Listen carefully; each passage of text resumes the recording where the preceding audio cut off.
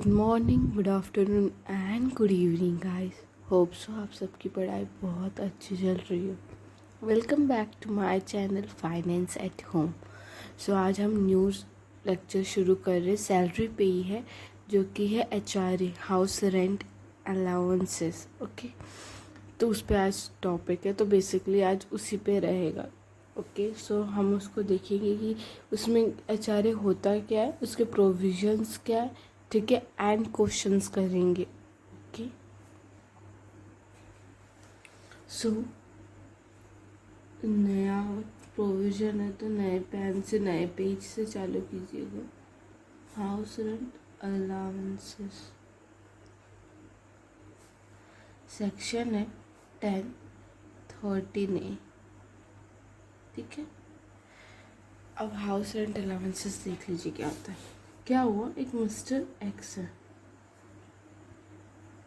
ठीक है, वो किसी ABC कंपनी में काम करते हैं, ठीक है, वो यहाँ के एम्प्लॉय है और ये जगह है पुणे में, ठीक है।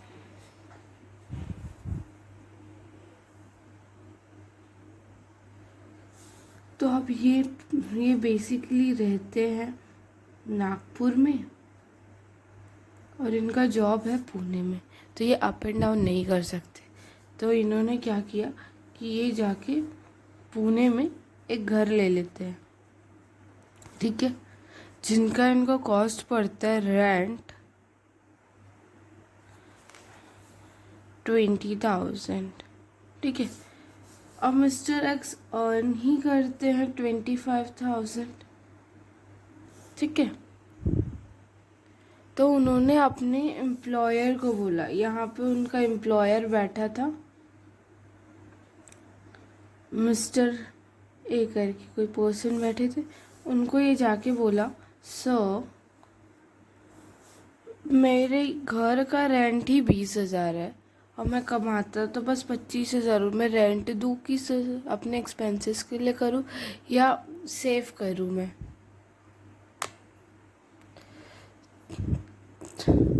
एक सेकेंड, हाँ, आई होप आपको क्लियरली दिख रहा हो। तो उन्होंने बोला कि हाँ, बात तो तूने सही बोला कि तू तो 25,000 कमाता, देना 20 पर जा रहा है, तो कुछ तो करना पड़ेगा। तो उसने क्या बोला कि चल ठीक है, मैं तेरा कुछ हेल्प कर देता रेंट देने में। घर तो मैं तुझे नहीं दे सकता हूँ, बट रेंट देने में मैं तुम्हारी कुछ हेल्प कर सकता। तो उसने बोला कि सर ठीक है, आप क्या हेल्प कर सकते। तो उसने ये प्रोविज़न बताया, हाउस रेंट अलाउंसेस का,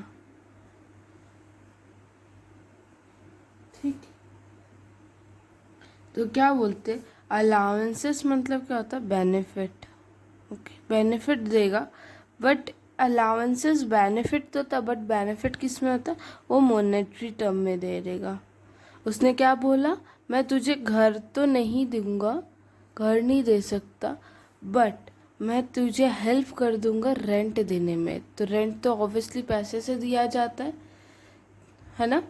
तो बेनिफिट किस में मिल रहा है उसको, एम्प्लॉय को बेनिफिट किस में मिल रहा है, मॉनेटरी टर्म में मिल रहा है। और किसके बिहाफ पे ये बेनिफिट मिल रहा है, हाउस के लिए, हाउस के, बट हाउस कैसा है, रेंटेड हाउस है, उस पे ये बेनिफिट मिल रहा है। तो क्या हो गया, हाउस रेंट अलाउंसेस, समझो। अब उसने पूछा कि कितना दे सकते हैं, कितना आप मेरी मदद कर देंगे।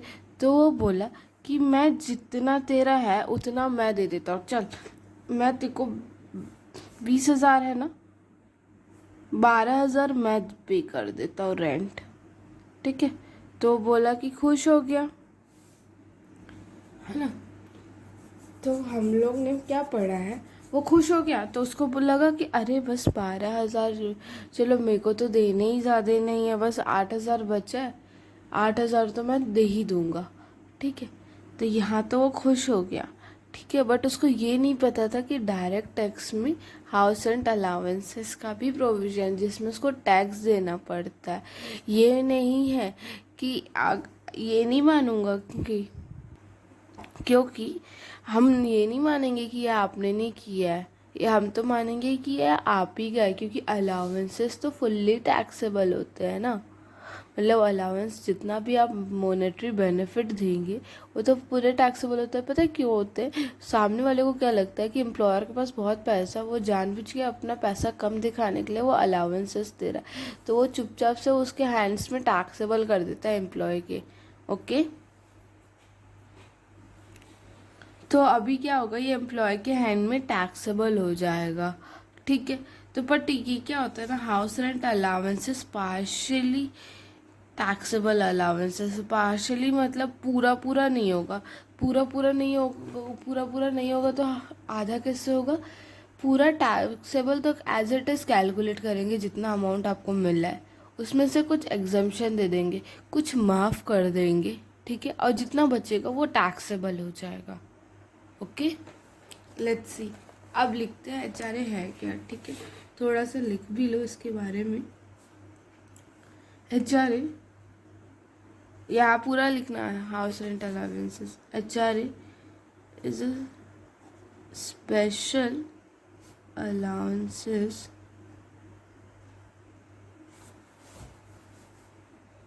specifically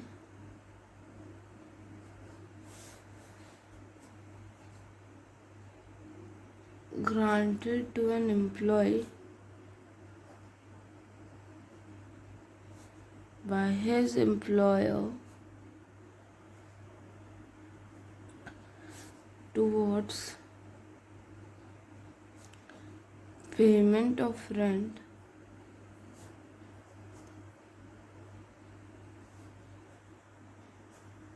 for residence of the employee। ठीक है,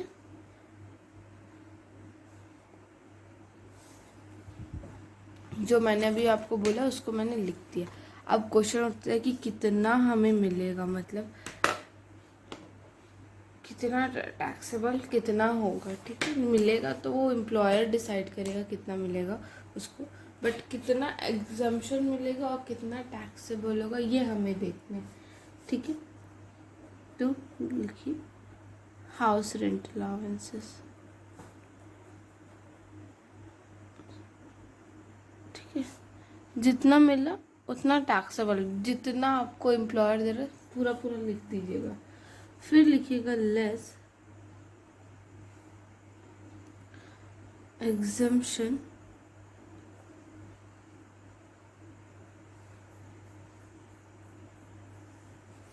अंडर सेक्शन 1013A। पहला एग्जम्पशन क्या है? जितना एक्चुअल एचआरए रिसीव्ड हो रहा है। ठीक है, जितना एक्चुअली मिला मतलब क्या हो जाएगा, ये वाला अमाउंट यहाँ आ जाएगा। ठीक है, जितना मिला उतना लिख दीजिए पहले। फिर भी रेंट पेड, जितना आपने रेंट पे किया -10% ऑफ सैलरी। यहाँ सैलरी का मतलब कुछ और है, मैं अभी बताती हूँ आपको। तो जितना आपने रेंट पे किया, मान लीजिए आपने कितना पे किया, 20,000 -25,000 का 10%, जितना आया वो। सी 40% ऑफ सैलरी, ये जो सैलरी इसका डायरेक्ट 40% या 50% ऑफ सैलरी। 50% कहाँ पे होगा? सारे मेट्रो सिटीज़ में होगा। 50 क्यों भाई? मेट्रो सिटी में कम नहीं मिलते। ठीक है, बड़ी शहर बड़े पैसे, दिल्ली, कोलकाता, मुंबई, चेन्नई, ये बिग फोर सिटीज़ में ना पैसे भी ज़्यादा मिलते हैं, तो इसलिए टैक्स भी वही है 50%। ओके, क्योंकि बड़े जगह पे पैसा ज़्यादा मिलता है ना, तो चार्जेस भी ज़्यादा रहते हैं, तो उसको कम करने के लिए 50% ऑफ सैलरी।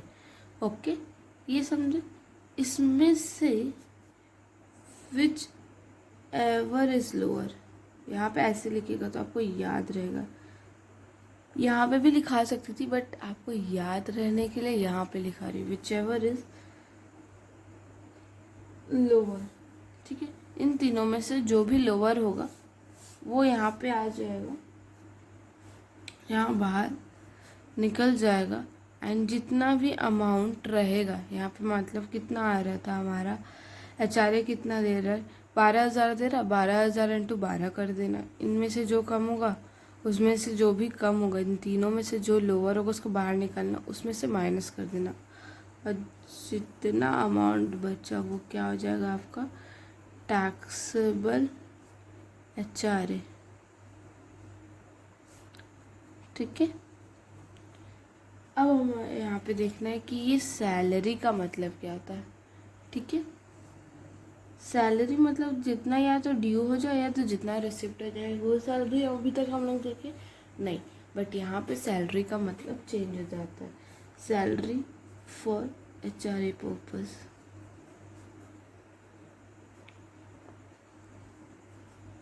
ठीक है,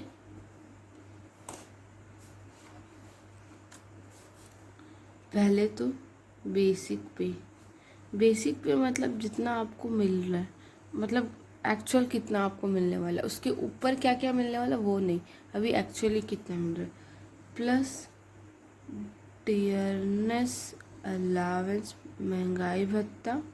ठीक है, बट ये कौन सा आएगा, फॉर्मिंग पार्ट बोल लीजिए या तो बोल लीजिए रिटायरमेंट बेनिफिट।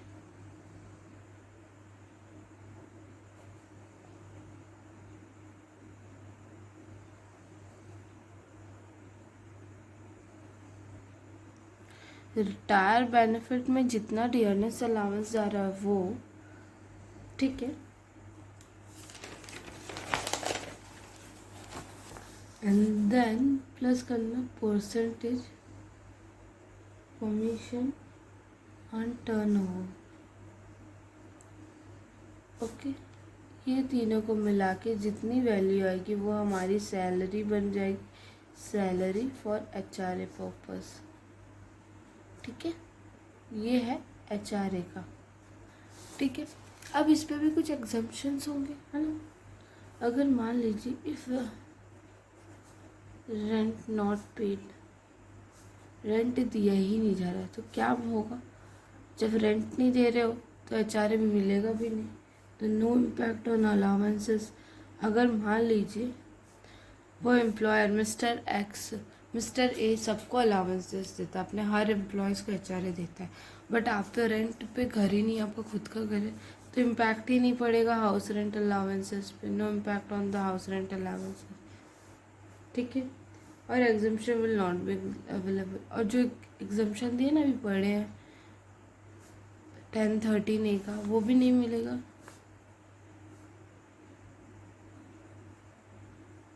सिंपल है ना।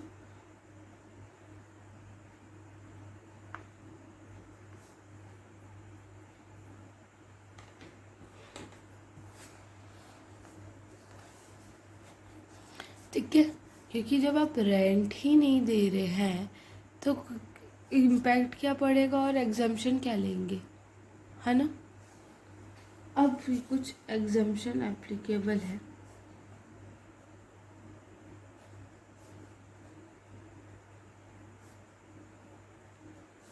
अब ये एग्जाम्पशन किन किन पे नहीं लगेगा, पहले तो अगर एम्प्लॉय का अपना खुद का घर है, अपने खुद के घर में रहता है, तो एग्जाम्पशन लगेगा क्या, नहीं लगेगा। और एक्सपेंडिचर जो पेमेंट कर रहे हैं in respect of residential accommodation occupied by him,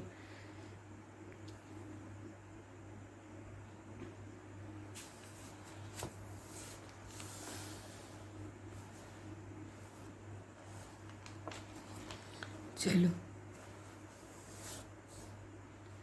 पहला है exemption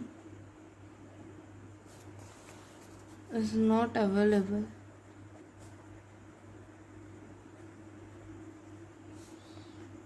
to an SSC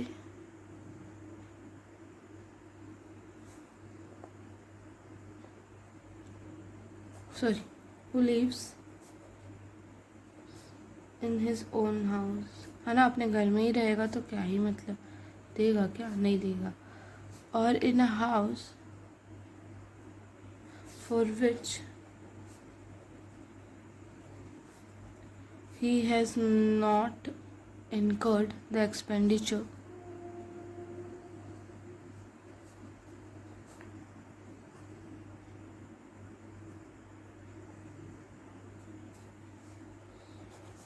rent दिया ही नहीं है, रेंट ही नहीं दिया तो प्रोविजंस क्या लगेगा, अब वो ऊपर बता दी, खुद के घर में रह रहा है तो क्या ही प्रोविजन लगेगा। एंड सेकेंड, ये एग्जाम्पशन नहीं है, ठीक है, ये तो एग्जाम्पशन नॉट एप्लीकेबल, और इसको आप एंड नोट लिख दो, नोट, याद रखना ये चीज़, ठीक है। पहला ये बस एक ही है, रिलेवेंट पीरियड मीन्स क्या होता है ना, यहाँ पे जो मैं अभी बता रही हूँ, जो अपन ने 40% और 50% पढ़ा ना, वो कब तक के लिए, ऐसा नहीं है कि पूरे समय के लिए, मैं बता रही हूँ आपको, मीन्स द पीरियड, पहले लिख लो आप, period during which the said accommodation was occupied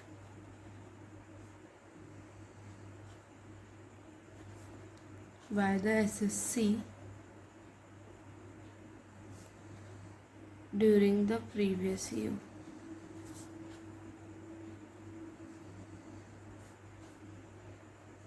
ठीक है, फॉर एग्जाम्पल पिछले साल 2021 में वो रह रहा था पुणे में, ठीक है, फिर वो अभी आ गया 21-22 में मुंबई, या अभी सॉरी, वो अभी आया ना, मतलब फॉर एग्जाम्पल 1 नवंबर को वो मुंबई चले जाएगा, ठीक है, मुंबई में ज्वाइनिंग कर लेगा, तो वो 2021 में अगर आप निकालोगे तो इस असेसमेंट ईयर 21-22 में, तो वो मुंबई का मत निकालना कि वो 1 नवंबर को, चलो 1 नवंबर को नहीं, अप्रैल में ही आ गया था, ठीक है, अप्रैल में ही सही लिख लेते, अप्रैल में मुंबई आ गया था। अब 21-22 में ये मत निकाल लेना कि वो अभी मुंबई में, तो मैं मुंबई का प्रोविज़न 50% दूंगा, नहीं नहीं नहीं, वो प्रीवियस ईयर में कहा था, पुणे में था, तो 40% लगेगा, ठीक है। आई होप सो आपको प्रोविज़न समझ आए, तो इसका एक क्वेश्चन कर लेते हैं। तो ये ICI के बुक से है क्वेश्चन, तो आप देख सकते हैं, इलस्ट्रेशन है, ओके, तो मैं क्वेश्चन नहीं लिखा रही हूँ, मैं डायरेक्टली आपको सॉल्यूशन बता रही हूँ। एक राज था, मिस्टर राज करके कोई थे, जिनकी ना बेसिक पे थी 40,000 पर मंथ, DAO का मिलता था उनको 6,000 पर मंथ, कमीशन लेते थे वो 50,000 per annum, and motor car था, ये आपको प्रोविज़न में परकिशत में बताऊंगी, 1,500 पर मंथ, ठीक है, एंड फिर उनको HRA मिलता था 15,000, ठीक है, 15,000 पर मंथ, ठीक है। मिस्टर राज रेंट पे करते थे 16,000 पर मंथ, ठीक है। हम लोग को सिर्फ कैलकुलेट क्या करना है, HRA, calculation of HRA provisions, okay. अब देखिए HRA के लिए क्या करना है, हम लोग ने पर्टिकुलर और अमाउंट, ठीक है, पहले क्या बोले, जितना HRA मिल रहा है पहले लिख लीजिए, ठीक है। HRA मिल कितना रह रहा है, 15,000, HRA मिल कितना रह रहा है पर मंथ इंटू 12, तो कितना आ जाएगा 1,80,000। अब क्या करना है, लेस करना है एग्जम्पशन अंडर सेक्शन 1030, नहीं सेक्शन 10 ना डायरेक्ट टैक्स में सिर्फ एग्जम्पशन के बारे में ही दिया हुआ है, तो ये लिखना है, ठीक है। पहला क्या हो जाएगा, एक्चुअल HRA रिसीट, ठीक है, जितना रिसिप्ट हुआ जितना मिला उतना लिख लेते हैं। कितना मिला, 1,80,000। ये तो सिंपल है, यहाँ पे जितना है वो ही आ जाएगा, ठीक है। एंड देन क्या है, rent paid minus 10% of salary, ठीक है। और ये रहते कहाँ पे है, ओके, ये बेसिकली है कानपुर के, ठीक है। ये बिग 4 सिटीज़ में आ रहे हैं क्या, कानपुर के नहीं आ रहे, ठीक है। और ये DA क्या है, फॉर्मिंग पार्ट है। फॉर्मिंग पार्ट मतलब क्या होता है, रिटायरमेंट बेनिफिट के लिए सैलरी में है, ठीक है, पार्ट है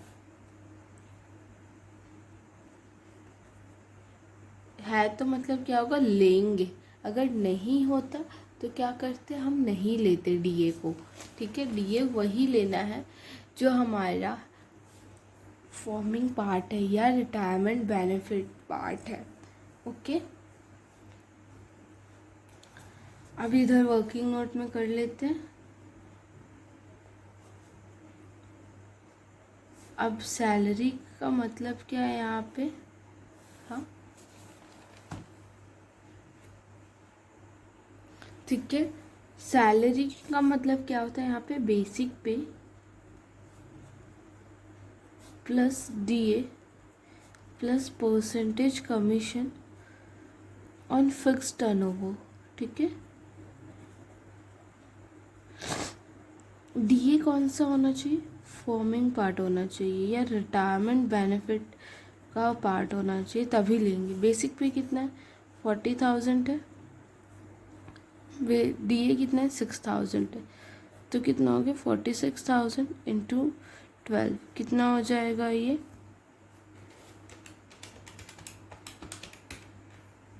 5,52,000, ठीक है। ये सैलरी निकल गया, सैलरी फॉर HRA। आप सॉरी, ये जो सैलरी का मतलब है आप कहीं पे लिख लीजिए, क्योंकि इस चैप्टर में हर जगह सैलरी का मतलब बदलने वाला है, ठीक है। तो आप अच्छे से लिख लीजिएगा। तो यहाँ पे 10% ऑफ सैलरी, रेंट पे कितना कर रहा है, मैं राज पे कितना कर रहा है, 16,000, तो 16,000 इंटू 12 माइनस 10% ऑफ 5,52,000, तो कितना आ जाएगा, 16,000 इंटू 12, दैट इज़ 1,92,000 माइनस 5,55,200, ठीक है। इतना ही आएगा, तो ये आएगा कितना, 1,36,800, ठीक है। एंड अब तो ये कानपुर में है, तो क्या हो जाएगा, 40% ऑफ सैलरी, सैलरी कितनी है, 5,52,000, 5,52,000 का 40%, ठीक है, दैट कम्स 2,20,800। इसमें से हमारा क्या था, लोअर था, लोअर इसमें से कौन सा दिख रहा है, 1,36,800, है ना। तो इसमें से माइनस कर देंगे ये, ठीक है। 1,80,000 में 1,80,000 माइनस क्या हो जाएगा, 1,36,800, दैट कम्स 43,200, क्या हो जाएगा मेरा, टैक्सेबल HRA हो जाएगा, ठीक है। यहाँ पे नोट लिख दीजिएगा, note, exclude all allowances and perquisites